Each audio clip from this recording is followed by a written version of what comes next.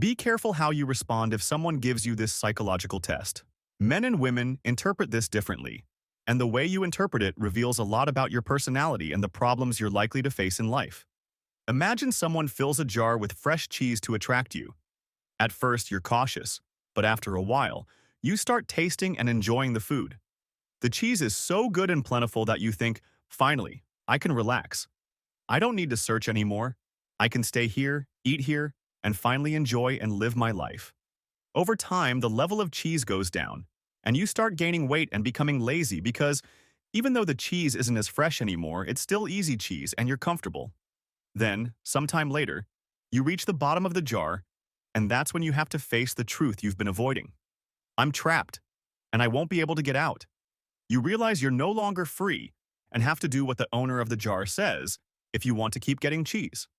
The interpretation you give to this story reveals a lot about you. To begin with, did you see yourself as trapped inside the jar? Or did you imagine yourself as the one setting the trap to catch someone else? And then there's the context. I'll give you the most common male and female interpretations. Let's start with the male one. You get a job, and that job becomes your comfort zone. Over time, as you receive more and more cheese, meaning money, your lifestyle starts to inflate. You get a more expensive place to live. You're paying for a car, you've gotten used to traveling and eating at restaurants, your friends have a certain level of spending, and your partner has certain expectations.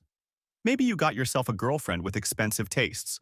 The more cheese you receive, the more your lifestyle inflates, and there comes a point where, even though you're earning a great salary, you're a prisoner to your job because you need it to cover all the commitments you've made.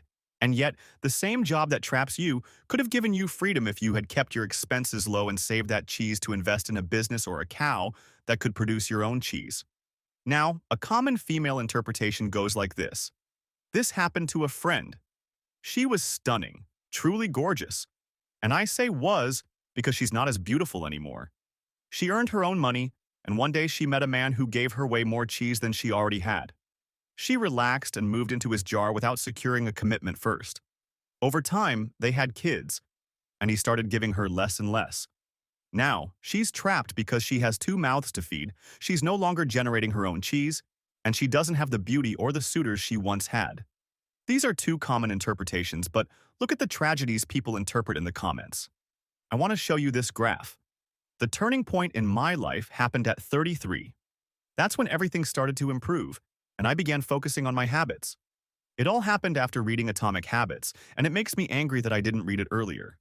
People who read it before turning 30 have such an advantage. In this video, I'll show you how to download it for free.